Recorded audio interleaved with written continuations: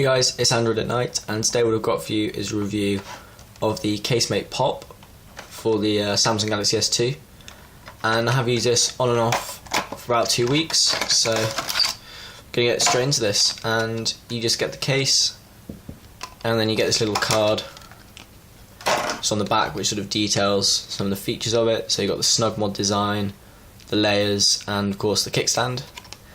And then on here it says happiness by design, which is lovely.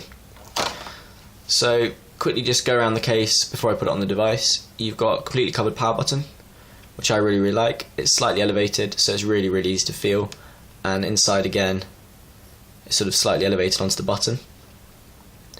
Here you've got the little join obviously, and this is a really sort of soft. It's not very tacky though. I was surprised it doesn't really stick to the pocket or anything when you pull it in and out. You can see it moves fairly easily across materials, so I was quite impressed with that. But it feels really nice, and it's sort of dimpled, which just gives you that bit more grip, and it's also dimpled on the inside, which grips the phone a bit more, so that's nice. Then this is that sort of really hard shiny plastic, which gives it that extra bit of protection, and I really like the feel of this in your hand. It scratches up a little bit, but I don't think you can really see it on camera, and you should only see it with the naked eye when the light catches it, so I do like this material. But carrying on round, you've got the microphone, which is completely uncovered, as is this one, so you get the dual mics, which is cool. Then at the bottom you've got the USB port, which is completely open, and you can just about get the right-angled Sony Ericsson charger to fit in there, which is the one I use. The one I use to demonstrate how deep these are, because obviously the normal one you can pretty much fit if the case was like out here, because it's just straight down. But that one does just about fit, so it's not too deep. Then obviously it joins again, and then you've got the volume rockers, which are like the power buttons. You can sort of see them on the inside, and they're slightly elevated. And it's a split one, which I really like, because it's really easy to feel where they are in the dark, or if I use music in my pocket, to have this in my pocket, I can just stick my fingers in, and that sounded wrong. How many, that's what she says they're going to be. Well, that's what he said even. Anyway, I digress. So you feel it's really easy in your pocket to change the volume, and then you've got the lanyard / phone charm hole, which is completely open.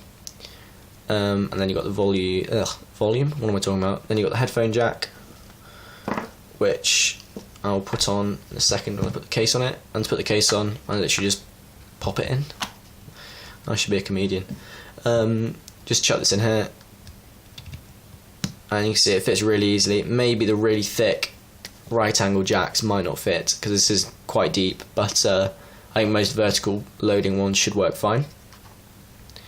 Cutouts when it's actually on the device. The camera is really recessed, which is nice because you can drop it here, and unless you've got like a tack or something on the table, camera is completely covered, completely protected, which is really nice. And there's no issue with flash with this case. The kickstand, which just flicks up really nicely, and the hinge on this I'm really impressed with. I don't know what it is. It's some sort of, it's just plastic, but it feels really nice. It's got enough give so that you know it's not going to snap, but at the same time it's got enough give that it also won't snap, if that makes any sense. But it does feel really secure, and that clip is really reassuring, so you do know when this is closed. Just using it, it's really easy to tight with this on. It's easily secure enough to tight with, and if you push anywhere, it's not going to fall over until you get to sort of this side. If you push at this top corner, you can just about get it to go over, but that's not an issue when you're typing obviously, and you can actually use it in the vertical orientation as well, which is kind of cool. Speaker. What is wrong with me today? Anyway, speaker is completely uncovered, which obviously for phone calls, I never use it for anything other than phone calls, so I just use my headphones. But it's nice that's completely uncovered, because a couple of cases I've seen it's slightly obscured, but this is open. Lay on the table design is fairly substantial. It's not as much as I thought it would be, considering how big the case is. It does sort of just go back that way, but yeah, got enough so that if you drop it on this, I'm confident the screen's not touching. On just sort of the thickness issue, it does feel very big in your hand when you first use it, but I actually quite like it because The Galaxy S2 was quite light. This does have enough weight so that you really feel like you're holding something. And even though it's big, it's not unpleasant to hold. So they've done a really nice job. And if you do want protection, this has it out the ass. I mean, really it does. I've dropped this sort of 2 or 3 feet high just to test it. And I'm not going to do it on this table because I'll probably knock the camera over. But it does bounce, and it's a really nice case for protection. I'd like to put this up against an OtterBox maybe. That'd be a nice competition. But so protection wise is really good. The sort of thickness you can gauge by just, if you look at the Galaxy S2 where that kick out at the back is, imagine putting a normal size case on that, but then just going upwards instead of sort of recessing back to the rest of the design of the phone.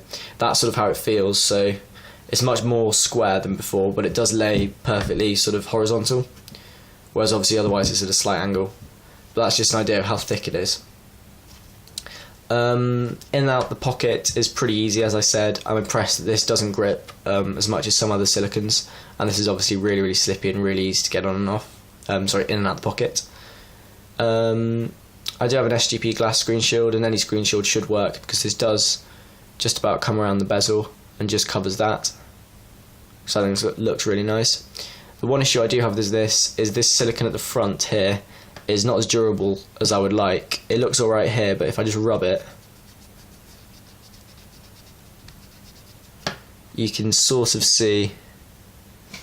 Let's check the camera. No, I'm just going to rub this on my trousers and look a little bit more pronounced. You can sort of see around here that sort of white layer where the silicon just sort of shreds, which is a bit disappointing.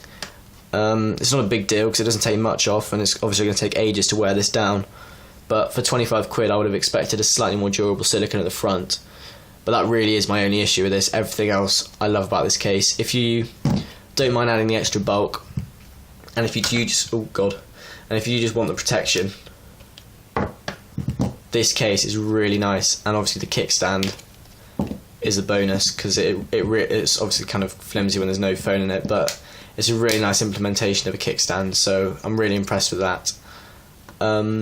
Where the hinge goes on the inside, I had a couple of people ask me about this when I mentioned that I got one.